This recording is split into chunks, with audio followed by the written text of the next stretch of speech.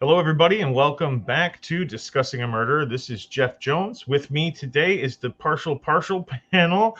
We just rolling with two of us on the panel, three of us on the panel, including me. And so let's get right to it and welcome the two gents today. We'll start with Jack there on the top. Welcome back, Jack. Nice to see you. Thanks, Jeff and Doc, and hello to everyone in the live chat. Hope you're having a great day. Yeah, it's good to be back. We've got, everybody's doing this and that, and just kind of having to jock you around. But we do what we can, right? So We can only I'm do ready that, to. That's right? right. So Do the best I'm we ready. can, Jack. I did watch the prior podcast, and I was. If you couldn't tell by my uh, text in the live chat, then that I was really pissed. I can tell you for a fact that I was. All this stuff over Brendan just grinds my gears. Let me put it that way. So I'm ready to get to episode 9. Absolutely. So yeah, and we finished an episode in the last one, so we've only Yep. got 9 and 10 left. So we are getting close to the end out there, and it's really hitting the meat and the potatoes. We're grinding gears. I don't know what other kind of analogies we can come up with today, but I'm sure we'll find a few. So what do you say, Dr. Silkman? Welcome back. Glad to have you. How are you doing today? I'm doing well. Thanks, Jeff. And I'd like to say hello to my other fellow panel member, Jack. It's great to be here. Last week's episode was, or this week's episode that just was played was very, very interesting indeed. I echo what Jack61 said. It was very, very tough going. Anything to do with Brendan Dassey is tough, but it's great to be here. And I'd like to say a big hi to everyone in chat. And let's get on with it, guys.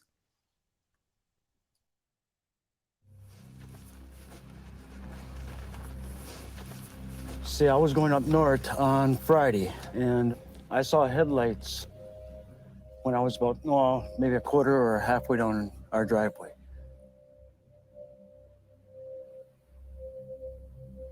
You saw headlights on that road down there?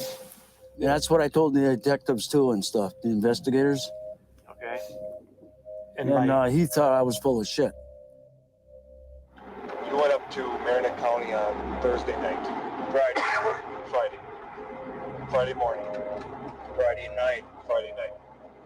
when I saw the headlights in front of me. Thursday night, that's when we saw the tail. Steven saw the tail lights down by him. That's when you guys were on your way to Menards. Correct. Thursday. Friday is when you saw the headlights Over by me. over by your house. Okay. Excuse me. This actually is very, very interesting, and I'm sure Jack61 will make a couple of comments. How Stephen and Chuck, when they were going to Menards, Stephen had observed tail lights near his property on the Thursday night when they were going to Menards, and both of them came back. They were close to the end of Avery Road, and they came back to investigate what tail lights were, why there were tail lights being seen near Stephen's property. And both came back and they didn't spot anything, didn't see anything. But I think the more potential damaging observation was done by Chuck on Friday night as he was going to Crivets with Brendan Dassey. And the fact that he was probably most of the way down Avery Road when he saw headlights behind him, I think that's very, very telling, because that's November the 4th, right? November the 4th. That's exactly the same day that the flyover was done by Pagel and Baldwin. They were obviously looking for Teresa Horbach's Toyota RAV4, and they didn't spot one on the property. So the question is,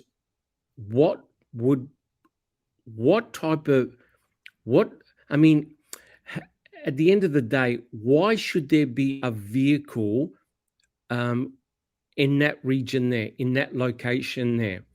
I think it's very interesting because that's the area that you get to where the RAV4 was found one day after by Pam Sturm, where he saw the headlights.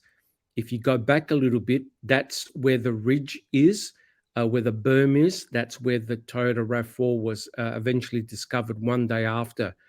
It's very interesting that both Stephen and Chuck see car lights on the Thursday and then subsequently on the Friday. What do you think, Jack? Absolutely, and we also can't forget it was on the 3rd. I think it was the 3rd. I may be getting the date wrong, but it doesn't matter.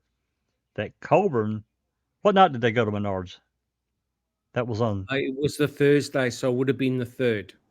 the 3rd. So The 3rd. Colburn was on the Avery salvage yard while they were at Menards, according to Colburn's report. So why was he there?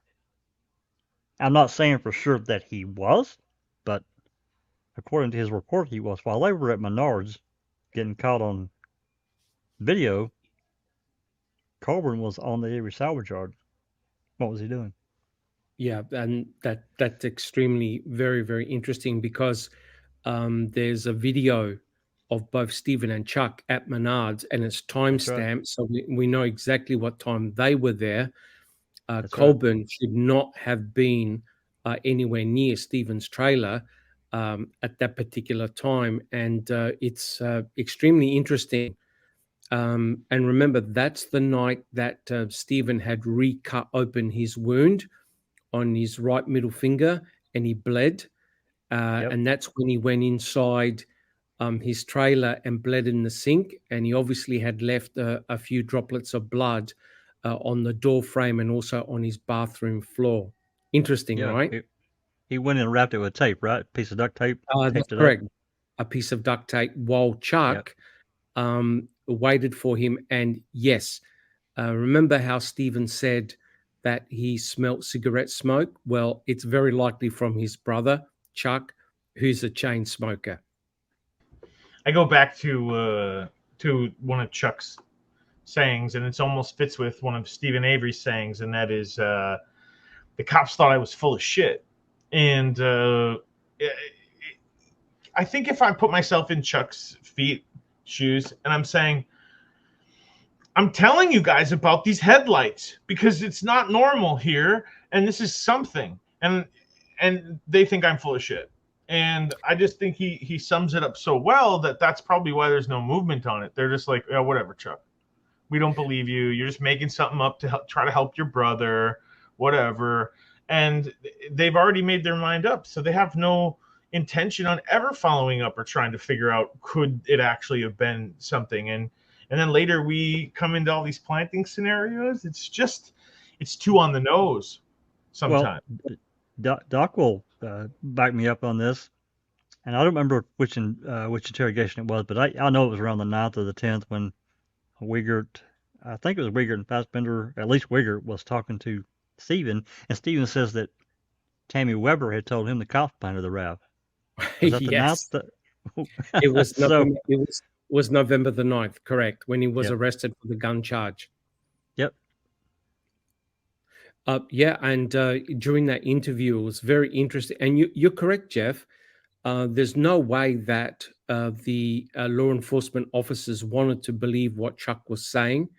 But what is interesting is that we actually have and I think we're going to go over it very soon, we actually have the phone records that Chuck phoned Stephen, and both Stephen and Bobby Dassey went to check out around where Chuck's place was.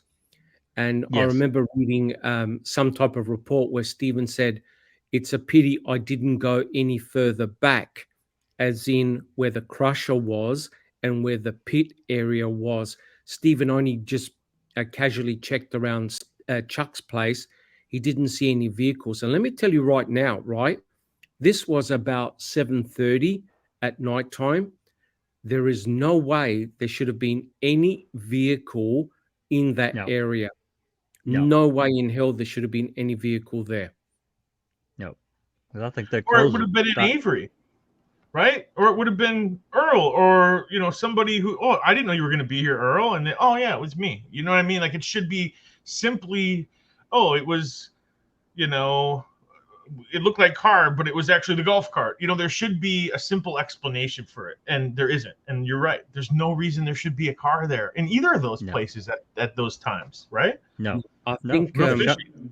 the Yeah. salvage yard closes at 5, I think. yeah, and where Chuck saw the lights, it must have concerned him enough that he rang up his brother, because in the past, remember Jack 61, remember Jeff, one of the things that the brothers used to say was that they were concerned that people used to come on the property via the quarry to steal car parts. That's right. And you'll notice that if you see aerial footage, the southern area of the salvage yard is very open to the quarry, and anyone can basically come in. But when you're talking about a vehicle, that's serious. It means that somehow a vehicle got onto the property, likely from the quarry area. And that's a concern, because remember, guys, on November the 4th, Pagel and Baldwin did a flyover, and they didn't note a RAV4. And yet Pam Sturm and Nicole Sturm, one day after, they find the RAV4. So is it a coincidence? I think not. I think we call that a man miracle. Correct. There's Big Jeff when we need him. Big Jeff. Big Jeff should be joining us hopefully either later in this episode, or we'll have to wait for him next week. But we do miss his presence here, and I would call that a man miracle. Correct, but it's all these little observations that add up to big observations. If you get my drift, all these little nuances that shouldn't have been happening, but they did, and both Stephen and Chuck see these car lights essentially before the RAV4 was found. And the other important point, guys, is that Earl Avery and I think Fabian, they were down in the pit area with rifles, sighting in their rifles. And Earl says, we never saw a RAV4 down there. We would have spotted it. So isn't that incredible that all of a sudden they find the RAV4 one day after? It really is.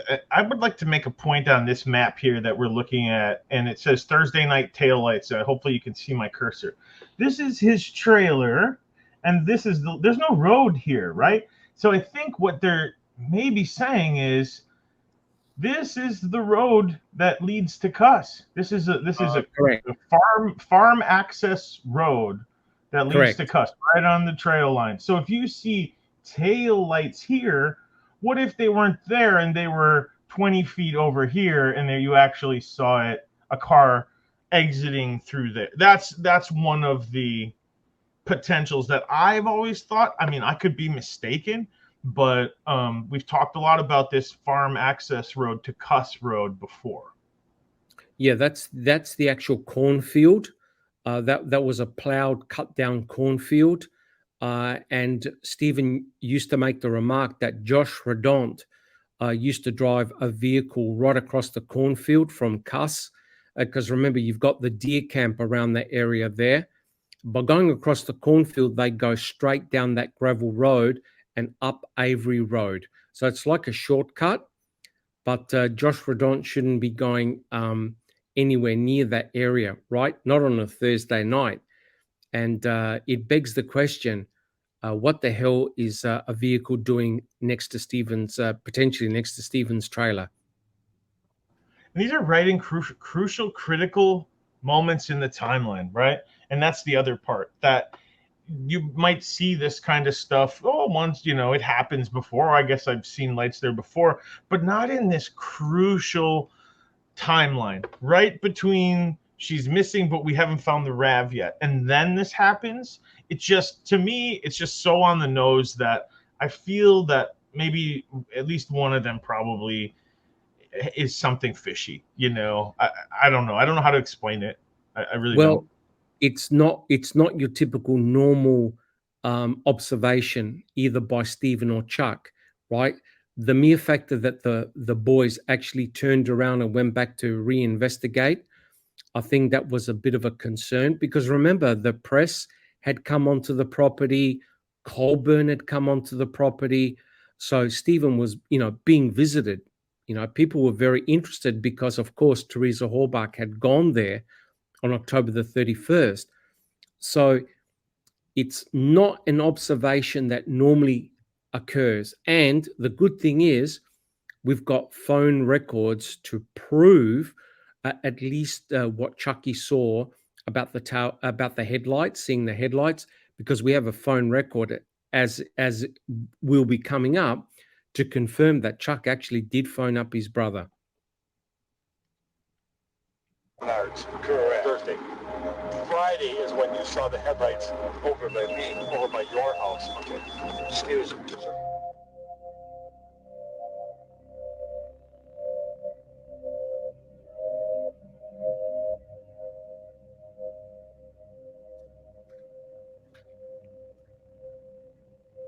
He calls you up from his cell phone to your cell phone and says what?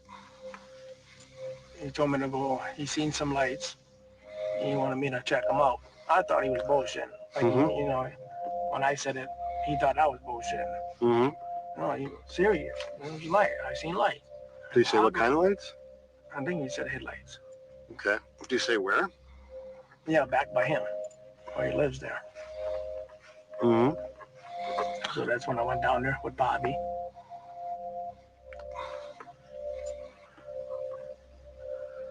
We looked, we didn't see nothing, and we left. But that was only a little past his place. I didn't go no farther than that.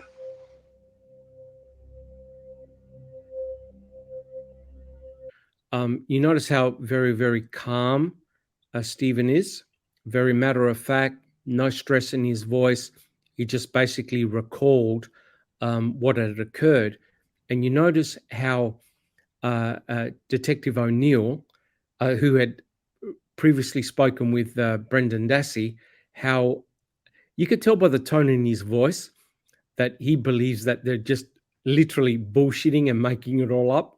You notice his demeanor. He just does not want to accept that what Chuck and Stephen are saying is in actual fact the truth, and that's quite. That's actually very telling. I agree. That's what I picked out of there. The same thing, that he thought Chuck was bullshitting him, right? So this is not an ordinary request. He's like, dude, go check the lights out over here behind my house. And he's like, what? Shut the up. Right. Get out of here with that. Get out of here with that. I'm serious. Yeah, I'm serious. Go back there. There's lots back there. I can just check doing it. Yeah. So and I think it adds to I think it adds some legitimacy to the story that's being told, because like we just said when we just previously stopped it, it's not common. This is not Correct. It's not a common occurrence, So interesting. That's right. Yeah, the actual salvage yard itself is surrounded by quarries and fields. It's very easy to get onto the property, and that's why the boys had to put vehicles near the conveyor to prevent cars and trucks coming onto the property. However, there are definitely ways around them, right? So it wasn't very secure. I mean, there's three ways in that I can think of: Cuss Road down the cornfield, Jambo Creek, and Conveyor Road. That's three right there. There could even be a fourth way, but right? Oh, correct. Yeah, I think there's another way that it wouldn't be logical to use, but you can get down in the quarry and then come back up. You know what I mean? Like, because right by Cuss Road, remember we were looking at those pictures, Jack, a couple months ago already. All right. And there's like a ramp to get down into the quarry and that's how the trucks go in and out, right? So there are spots, but it's so unlikely that they were used, because you would see the fresh tracks too. It's just. Well, yeah. I mean, considering how much rain they'd got, you definitely would have seen some tracks. But I didn't really count that way for the reason you said, because it would really be a bit unconventional, but it's doable. It could be done. Maybe pretty bold to drive through the quarry with her car. Well, you know what I'm saying? Yeah, because they did. I mean, at times work a evening shift, run the crusher and defending what they needed to do. So it's possible. Correct. But the other important point is this. The observations were made at nighttime, and also you have to have knowledge of, if, say the RAV4 was planted and it came from the quarry area, you would have to know the roads. You would have to know how to navigate from the quarry onto the Avery property. And what is interesting, right, guys, is that on that very day, Pagel and Baldwin flew over the Avery salvage yard, and they would have had an incredible vantage point of potentially how to drive in. Now, I'm not saying they did anything nefarious, but if you're going to plant the RAV4, you need to have a good knowledge and sense of the potential entry points and where potentially you could dump the RAV. You know, when you said that, Doc, about them flying over, my mind immediately went to that little map that Ryan drew and gave to Pam and Nicole. Immediately, I thought of it. Correct. There are no coincidences in this case. There are just many man miracles, right? Yeah, many man miracles. I totally agree with that. I think it's important to understand the chronology of events. It really is very important. This is something that we're doing at the moment with on Reading with the Crew, looking at the chronology of events. How you need to actually look at November the 5th, the finding of the RAV4, right, Jack 61, and work backwards, and have a look at the events that transpired and took place. And you have to ask yourself, was it a coincidence, or did certain individuals have foreknowledge that the RAV4 was actually there? What actions were taken? And that's another reason I wanted to go through the dispatch calls like I've been doing for the last couple of months. Oh, they've been awesome. Exactly, from a chronology standpoint.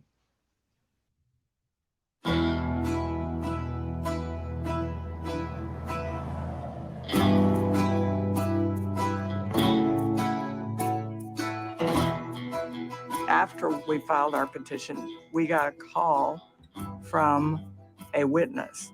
He said, I've been bothered about something for a long time, and I felt like I should call you. So I called him back, and he said, I grew up in Manitowoc. I was in Barb Janda's class at school, worked there for many years, knew a lot of the Manitowoc City Police. And he said, I was a truck driver, and on November 3rd, I was driving on 147, and I saw Teresa Halbach's car. This is 2 days before they find the car on the Avery property. He said, I noticed it, I looked over, and it was nose in, it was pointed west, it was a teal green color, and it was a RAV. So then he said, the next day, on the 4th, I stop in Mishicot at the Senex station.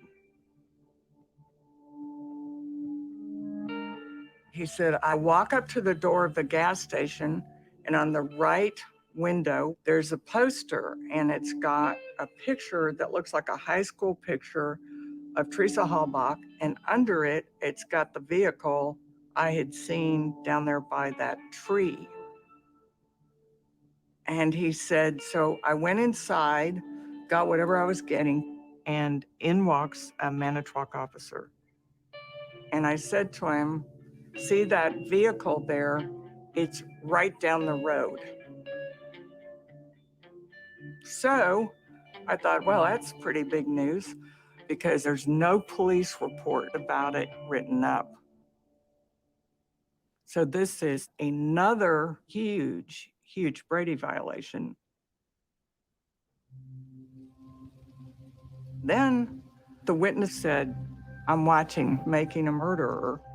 Back in January, I watched Making of a Murderer, and I watched the sheriff's deputy call on a license plate number Were you looking at these plates when you called them in? No, sir. He said, I just started shaking, and he said, I realized that was the guy that I had told about her car. This witness said I was so rattled by it, I sent 2 texts to Scott Tadich because I knew him. And I said, I just watched Making a Murder. I just watched it. And I told that officer that I had just seen the car. You need to get Brendan's attorneys to call me. He didn't hear a word from Scott. So then he sends another message back, and Scott says, I'm not feeling so good. I'll get back to you or something. Jeff?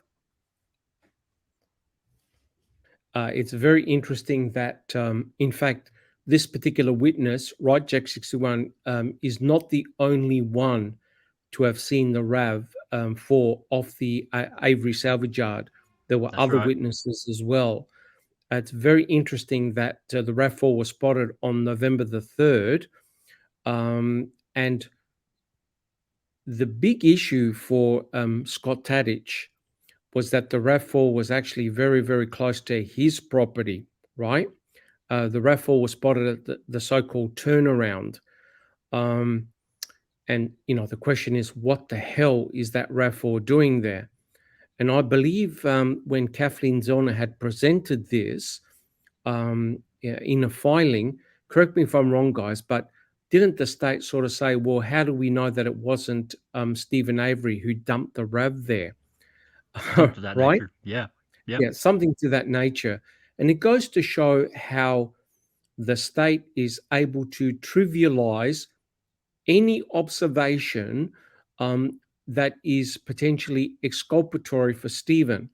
It looks like whenever something is found or observed that doesn't fit the state's narrative, the state are always blaming Stephen for placing the RAV4 there, which begs the question, if Stephen placed the RAV4 there, why on earth would he actually get the RAV4, go out there and get the RAV4 and have the potential exposure of being seen driving the victim's vehicle on the road and then place it back onto his own property? Now, the state might argue, well, it's because he was going to crush it. Well, that begs the question, how do you think Stephen Avery was going to crush the vehicle without his 2 brothers, father, mother, and anybody else on the property noticing that Stephen was crushing a relatively new vehicle? It's the same thing, Jack 61 and Jeff and people in chat. The state are always clutching at straws. It really is disingenuous, in my opinion.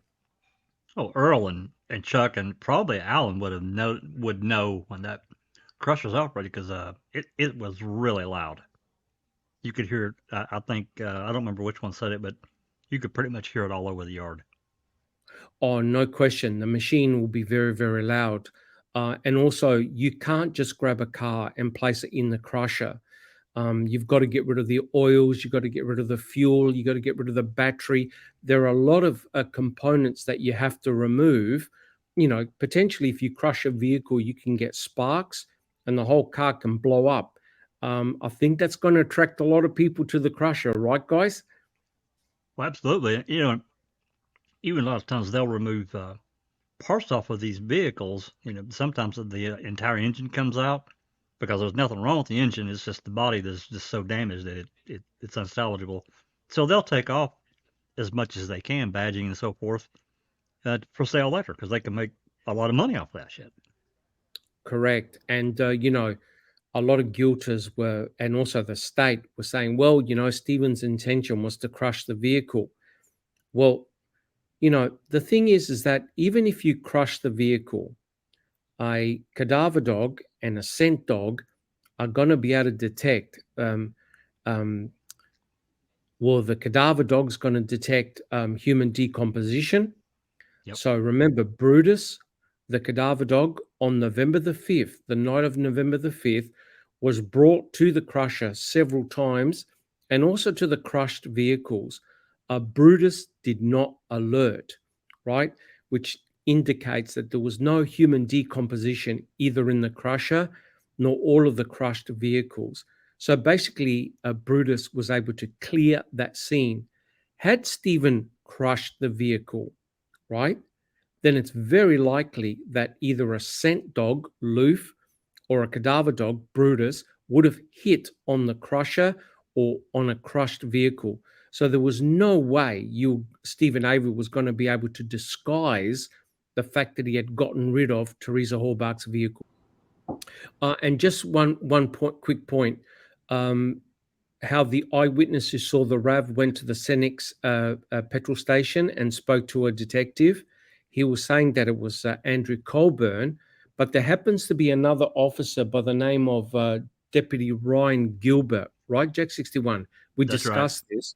Ryan Gilbert has got similar facial features to Colburn, but nonetheless, there was no report written by any MTSO officer of the witness telling them that he had seen the RAV4 up the road at the turnaround. There are no reports about it. It's a lot of things that seem to happen with no reports and them not really taking eyewitness I guess, reports seriously. I think that's definitely a problem that we see over and over. Well, there's one in particular MTSO officer that was heavily involved, and we know that that's because of all the time he was on dispatch making calls, interviewing people. I mean, he interviewed Kathy Williford, the lady that had prior DCI agent, and then she took a job at Auto Trader. He called and interviewed her. They were on the phone for 8 or 9 minutes. That's Jacobs, not a single report. He's also the cop that within an hour and a half of them finding the RAV, do we have a body yet? Is Stephen Avery in custody yet? Right? Yeah, that was 30 minutes after the law enforcement officers descended on the property, and Dennis Jacobs made the remark, do we have a body? Now, I understand the mistake that he made, do we have a body? Because he misunderstood what I think Remaker was saying. I understand that. But the mere fact that he said, do we have Stephen Avery in custody yet? You're not going to get a better embedded confession than that. And that indicates, have a look at what Chuck saw, have a look at what Stephen saw. To me, it indicates foreknowledge by certain detectives. And that's a huge problem in my book. Huge red flag. Yeah, absolutely. And go ahead, Jack. I was just going to say briefly, give it as much as Jacob's involvement was, and we don't have a single report, not one. And he was heavily involved. Sergeant Syme. There are others too, or maybe he's a lieutenant. There are others too. They were heavily involved, and we don't have a single report from them. That's interesting. There's that call that I had just kind of re-listened to, the one about the blood stain over on the Lakeshore Lake Drive. If you guys are, I'm sure you're familiar with that one. The guy that was geocaching? Yeah, the geocaching guy, right? Yep, that's right. And so I listened to it recently, and I heard him say, I saw a picture of her. So he actually saw a picture of Teresa at the end of the road when he was leaving a blood stain. We can play it right now if you want. I have it handy. I never noticed it before, but upon this re-listen, maybe we just give it a quick listen here. Sure. I feel like sharing it, so. Sheriff's Department, Michelle speaking. Hi, Michelle. My name is Tom Poza. I called Brown County Sheriff, and they directed me to Calumet County. This is about that girl that they're looking for. Uh-huh. Are you familiar with geocaching or what that is? I'm sorry, with what? Geocaching is like a worldwide little treasure hunt, and people put trading trinkets and things and post coordinates on the web. No, Okay, well, to make a long story short, I was out looking for one of these buried or hidden treasures this weekend out by Point Beach by the Manitowoc School Forest. We found a cache out in the middle of a swamp area with a pond by it, and by this cache was an awful lot of blood. And I didn't really think much of it at the time. Like, we kind of thought that it maybe was a deer blood, but now that I'm sitting here thinking about it, I don't think it was. Because there was no, usually somebody gutted a deer out or something. Yeah, it would be entrails or Right, something. and there was around. nothing there. And it was, I don't know, I was just kind of laying in bed thinking why that was all there. And then when we were leaving, there's kind of a dirt road back in there, and there was a picture of her sitting there. And I just kind of, I knew that you guys were looking for her, but I didn't really think anything of it until just now. That I have coordinates to the geocache. Oh, okay. The geocache is buried underneath like a big cedar tree, and there was blood. There was a big root that came out of the bottom of the cedar tree. There was blood all over this root, so much that it stained the wood. But there was a lot of blood. Okay.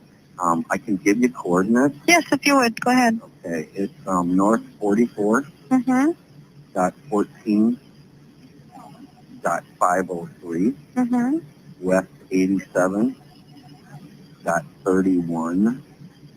Dot 600.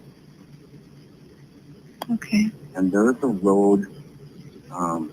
It's the first road. I think it's County V that runs into O right by the lake there. Right. The first road off the lake shore that turns off. If you're heading towards the lake, it turns off to the left. Okay, it turns north. That would be. Right, it turns north. Okay, let me just look up there. Yep, that would be, it's either Lakeshore Road or Sandy Bay Road. Lakeshore Road, okay. Lakeshore Road. You'll go down the road a little bit. And it's kind of towards, I don't really know how far that school forest goes in, but there's a big gate, and there's like an iron gate across a little road that goes back by this pond. It's back along that pond. Okay. What was your last name, Tom? Oza, P as in Paul, O-Z-Z-A. So that's an interesting call. And I think that I guess there's more. I think it's just his name and address. I just think of all the tips that weren't followed up on. There's another one. This didn't generate a report. And we can go back to that part that I found interesting at about 1:30 where he says that he saw a picture of her. And you guys can tell me what you think. We'll just play that part real quick. When we were leaving, there's kind of a dirt road back in there, and there was a picture of her sitting there. And Doc, I'd never paid attention to that. I really hadn't. That's really interesting. Is it possible that he saw the missing poster? It's possible. That's my guess, but so somebody nailed it on a telephone pole or something. But he's not really clear about it. No, because remember the searches went everywhere with literally thousands of the posters, and they could have placed them along certain routes to see. But remember, this is the 7th, right? This is 2 days after the RAV4 was found, and I'm amazed that nobody did. So nobody actually went down there to check the blood. If they did, they didn't make a report on it.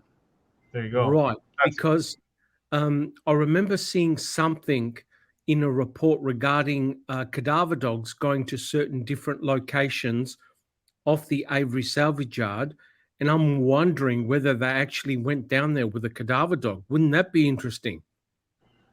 I mean, it would clear it up immediately, wouldn't it? Whether it was human blood or not. Correct. But correct me if I'm wrong, but when they address a deer, when they find a deer or roadkill or whatever, is it true that they have to gut it then and there where they find it? I think most of the time, I'm not a hunter. They don't have to, but I think a lot of times they will field dress it, which means it's preferred. They'll preferred to get the organs and so forth out of it. Right, but what he said, he said blood. No. He said blood. He didn't say organs. He just said blood, which is very interesting. She says no entrails. That's what she says. And there's no entrails? That's right. I just remembered there is another part to this call because she says at the end, I will give it to the investigators and have someone go out there in the morning. So I do remember that there is a little bit more to this call.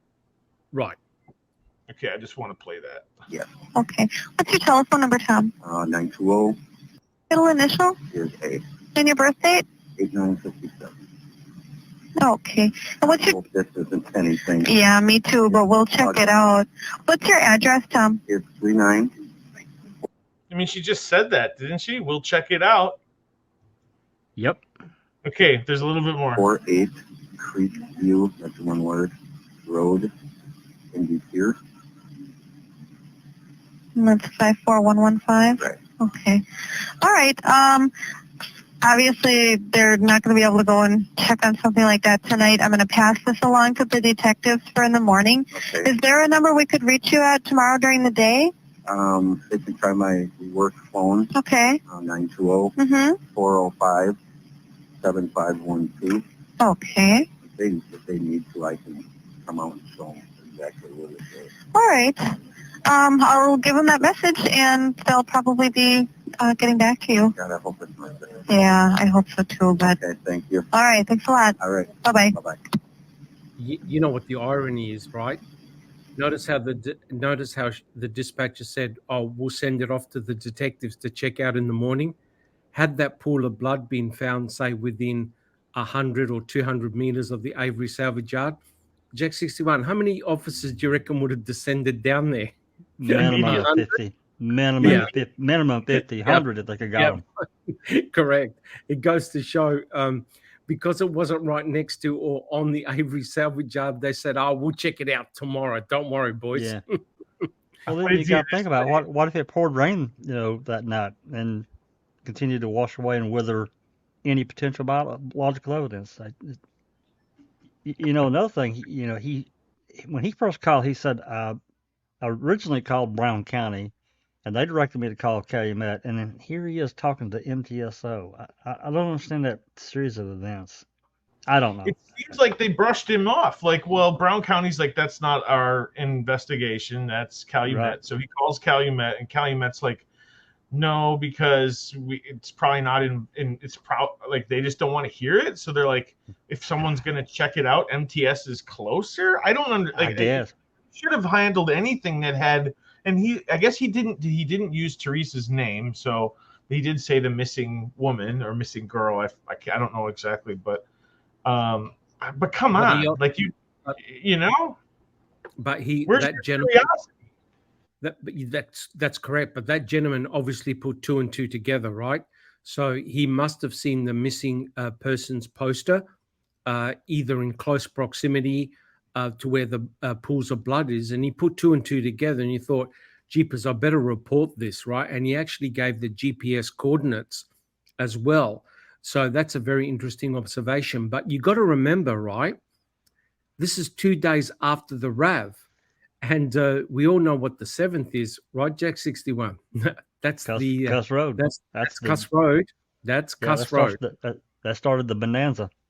Yep, correct. So interesting. The timeline. It's crazy. That's correct. Right? That's correct. And it's interesting about the so-called pools of blood. And remember, Jack 61, what Ken Kratz said in his opening speech about the pools of blood in the RAV4. And we all know, of course, there was a couple of mils of blood maximum. Right. There certainly were no pools of blood. Probably not even enough to fill up a symbol. Correct. I would say Pam of God probably would have seen pools of blood. That's my guess. If there was, she would have been peering. She was looking in the windows. She was. She's curious. She's looking for Teresa. That's correct. Both Nicole and Pam were questioned on the stand whether they had seen any blood in the RAV, and neither of them did, and nor did the detectives that were there who were observing inside the RAV with torches. Not one of them had reported seeing any blood in the ignition, nowhere. One more thing I want to mention about this call, and I'm not saying this is one of them. Getting these calls, the additional 22 CDs, DVDs from MTSO last year, there were 2 DVDs. One of them was marked Hallmark Discovery Telco, which was telephone calls, and Hallmark Discovery radio transmissions. I don't remember if this one, but I think it's important to understand what importance did they put on these calls, and where were they located? Were they on the Discovery DVDs or not? I'm gonna try to drive that down because I think that in itself tells a story. Well, dispatch said, "Oh, this is good enough to send to the investigators. We'll send someone out tomorrow. Give me your phone number in case they want to follow up on you." Yeah. And then what's your address? And what's your address nothing. and all that stuff, and then poof, nothing. I mean, Nothing. and then I'm not pointing any fingers, but then the next day after this is when remains start to show up. I mean, I could weave a web. I'm not sure that it's the correct weave, but we could speculate that what if they did drive out there and didn't write a report because they did find something. I'm not saying that's what happened, but I just want to add in that I think there potentially, and you guys can agree or disagree, and those in the live chat, I think that there are internal reports that never get publicized. I'm not saying that they did generate a report on this, but I almost think they would have internally. Yeah, at the very least, guys, what they should have done was taken a swab of the blood, do a test to prove that it actually was blood, and if they really wanted to, they could have then extracted genomic DNA to determine whether it was human blood or animal blood. It wouldn't have taken them very long at all to do. No.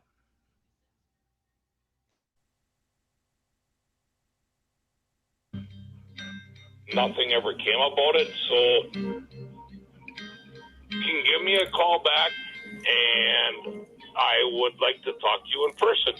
Thank you very much. Bye. So I went up there with my investigator. We got the witness to come in from Michigan.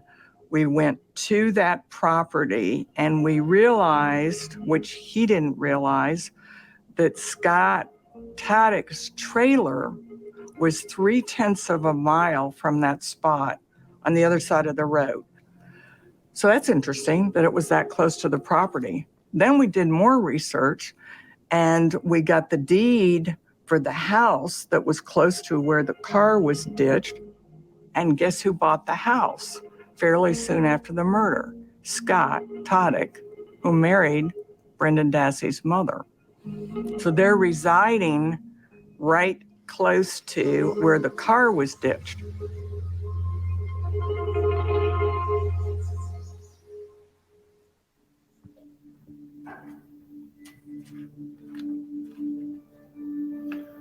It was the fire that I remembered most of that day.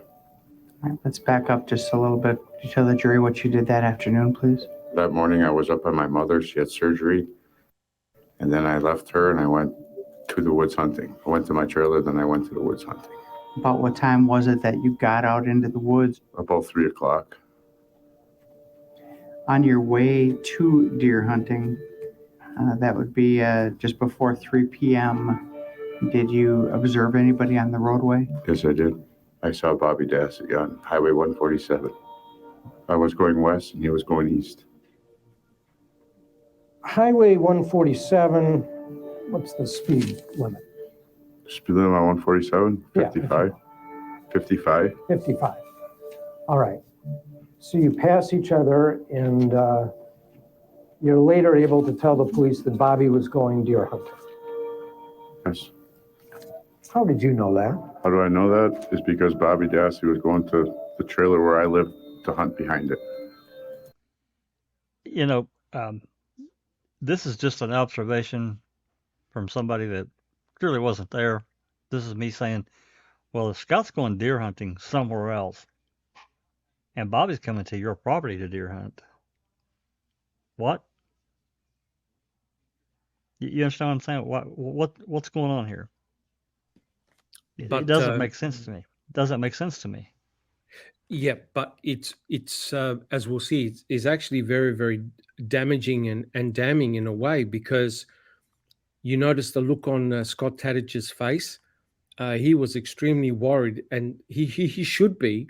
I'm not saying that he or Bobby Dassey did anything nefarious, but it really puts a spotlight on both of them because of the timing. Because Yes. according to Stephen Avery, that's about the time that Teresa Hallbach had left his property. So all of a sudden, within a very small time frame, you've got Teresa Hallbach, Bobby Dassey, Scott Tadich, all potentially in the same area and the same time, and you've got an independent witness who allegedly saw the victim's vehicle at the turnaround on November the 3rd, very close to Scott Tadich's place. And it's interesting what Jack 61 said. Bobby Dassey turned right at the end of Avery Road to go to Scott Tadich's place to go hunting.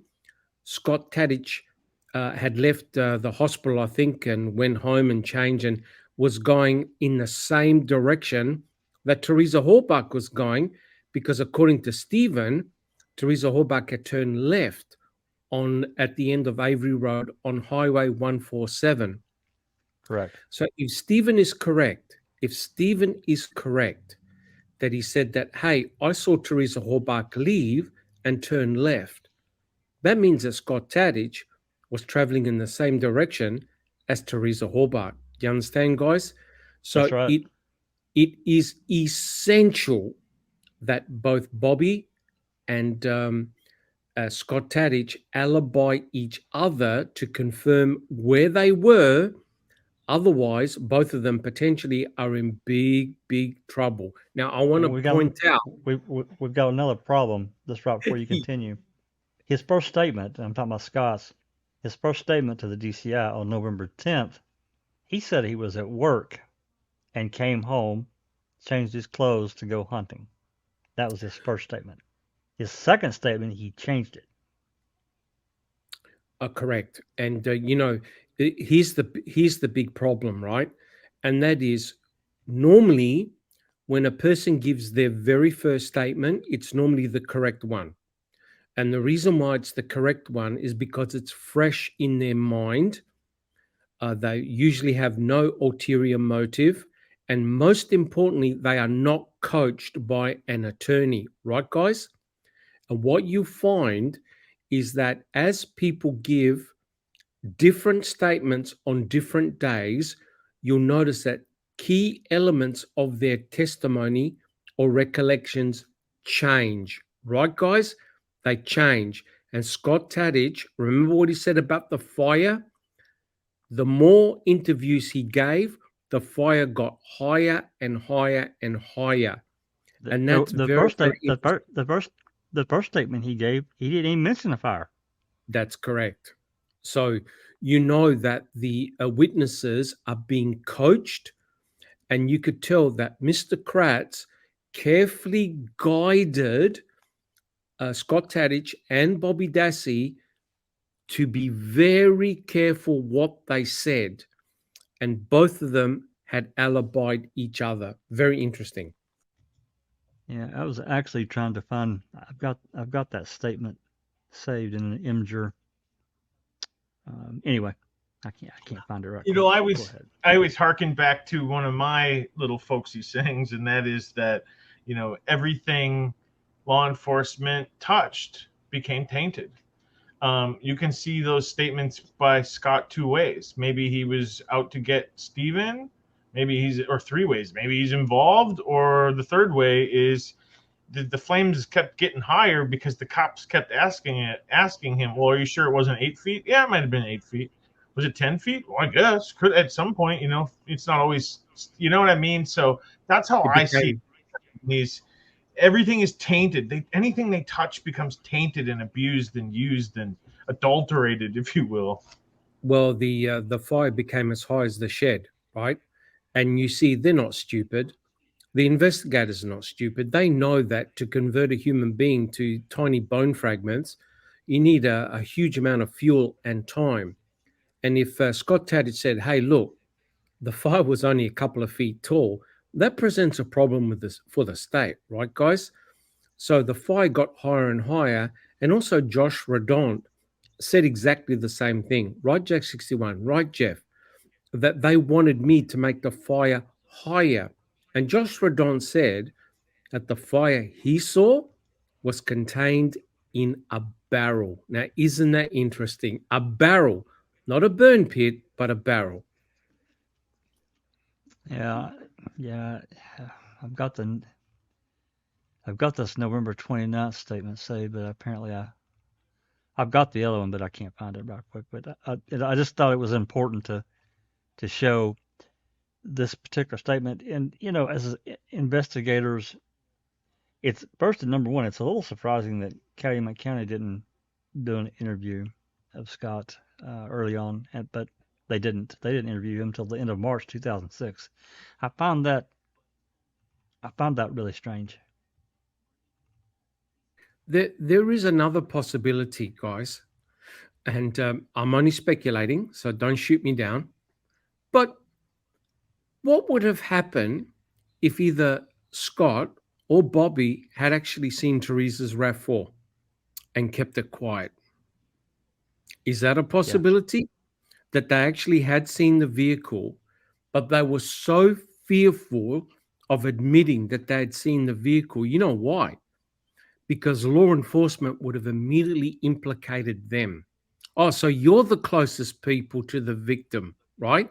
So could have they have actually seen the vehicle on the road, but kept it quiet? Because they didn't want to get involved. They did not want to get involved. Yeah. Yeah, in the November 29th statement, there was some prompting. I've highlighted this from the investigators. Basically, they were talking about a fire. Didn't Barb say that, you said something about a fire, something of that nature? I don't know. The whole thing, though, if we look at it from beginning, November 10th, 2005, until the end, I can't remember what day he testified. The evolving story is pretty spectacular. And I think if you put that in today's format of a trial, people would go bananas. They would go bananas over it because his statement is altered numerous times for whatever reason. So let's think about what would prompt him to do that? Was it fear? Was it, having these interactions with Kratz and so forth that you don't know what gets said to these people. At the end of the day, they're just people just like we are, and they understand that law enforcement, these prosecutors, if they put a target on your ass, you're screwed. You're absolutely screwed. Well, that's correct, and I think Mr. Kratz would have spoken with both. Now, again, I'm only speculating. Mr. Kratz, I'm sure, would have spoken with both Bobby and also with Scott to sort of say, hey, look, we need to be at arm's length here, right? We need to be at arm's length of Teresa Horbach, because if you're anywhere near the vicinity, then potentially the defense team can drag you in, right? And as it was, Buting and Strang were very, very suspicious of both Scott and Bobby. Now, again, let me emphasize, I'm not saying they did anything nefarious at all. I'm just saying the way the system works by examining all possibilities. So quite clearly, you've got this very interesting situation whereby you've got the victim, Teresa Horbach, and you've got three people in the same vicinity. You've got Stephen Avery, you've got Bobby Dassey, you've got Scott Tadich. And if you notice, the spotlight was only placed on Stephen, not Bobby, nor Scott Tadich. And the important thing was for Scott and Bobby to alibi each other. So in effect, they get taken out of the picture. The double alibis always bothered me, Doc. Correct. The alibi of each other. It bothered me. I mean, I remember watching them the first time way back years ago. And when that came out, I was like, wait, what? That's weird. I mean, not knowing, what we certainly, I mean, we didn't know anything back then. You just kind of taking this in Well, as the documentary's playing. We didn't know shit, but this double alibi, when you have a situation like that, it really caught my eye. Well, it does raise your eyebrow, right? And to me, it's Yeah. massive red flags because think about the timing wise. Scott would have had to have left work or the hospital or whatever at that precise time and decided to go hunting at that precise time. Bobby Dassey had to get out of the shower and go bow hunting at precisely that time. The very, very time that the victim, Teresa Horbach, comes onto the property and takes photographs of Barb's van. And then Stephen says, hey, I saw her go leave the property and turn left on Highway 147 at the very, very same time or very close to when Bobby Dassey turns right. Now, that's a remarkable set of circumstances, all have to take within split-second timing for all of these events to take place. But what's the crucial one is that Bobby Dassey and Scott Tadich pass each other on Highway 147 in order to alibi each other to say, hey, we were nowhere near the Avery salvage site. We right weren't on we weren't on the property. Yeah, we weren't on the property. So that's it. Unbelievable. Well, we do have some special announcement to make, and that is that the streak is still alive. Big Jeff has joined us, and we're happy to have Big Jeff with us here.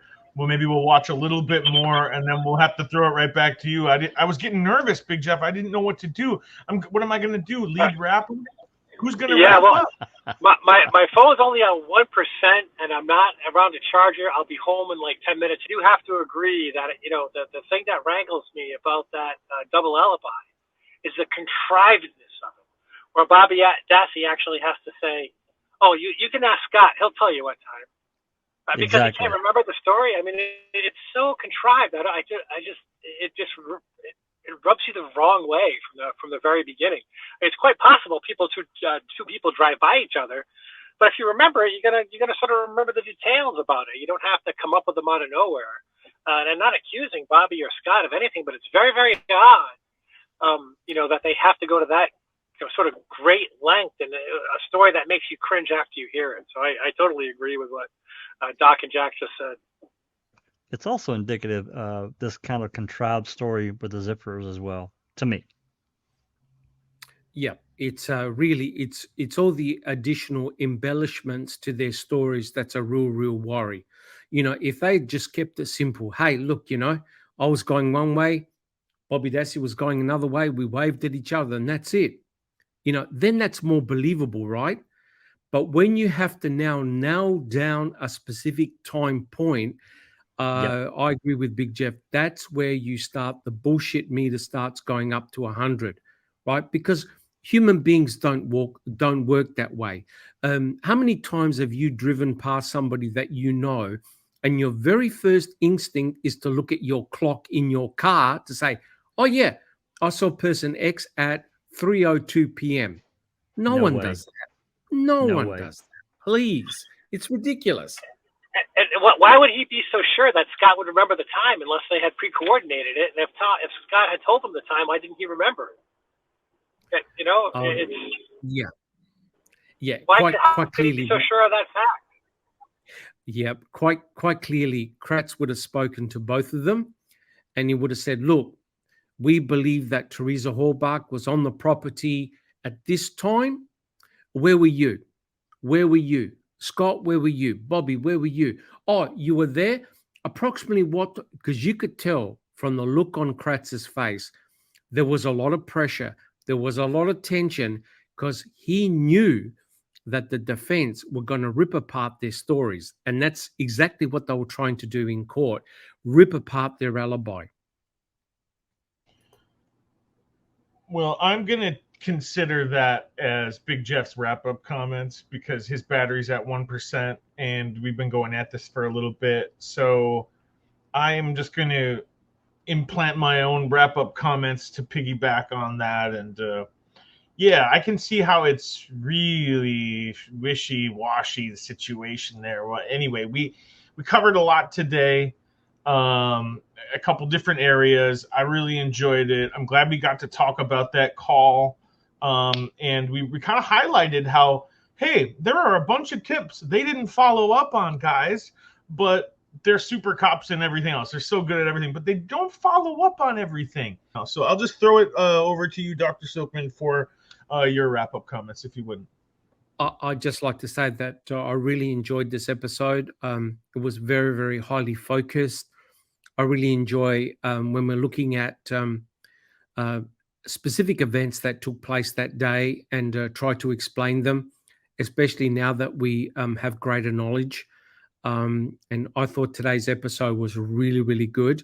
And I'm glad that Big Jeff has joined us because, hey, you can't have an episode without Big Jeff's classic wrap-up. And I'm sure in the next episode, he'll be able to give us a big wrap-up.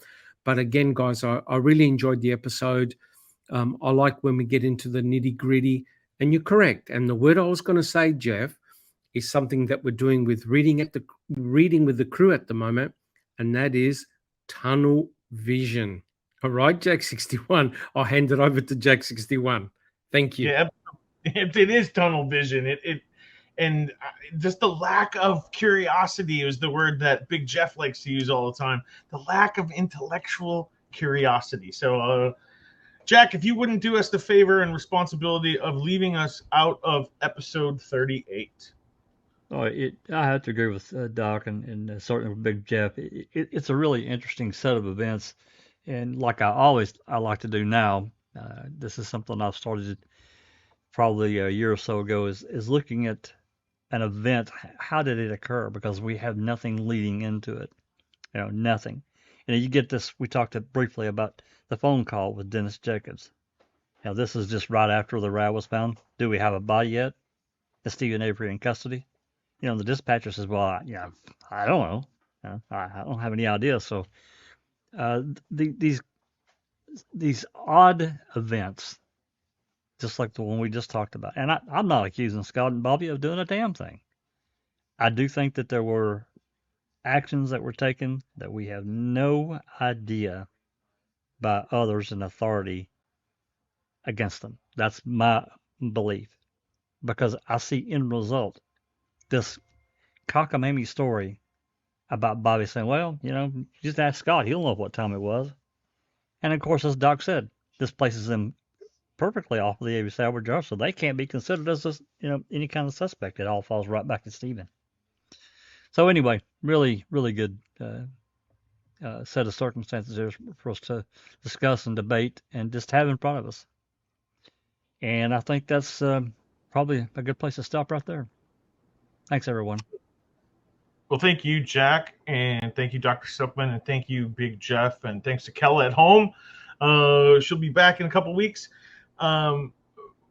Appreciate everybody out there following along with us, and do give us a like, a thumbs up, and share on your social media. It's the best way to help support the channel. And so for the team, this is Jeff Jones saying, this has been Discussing a Murderer.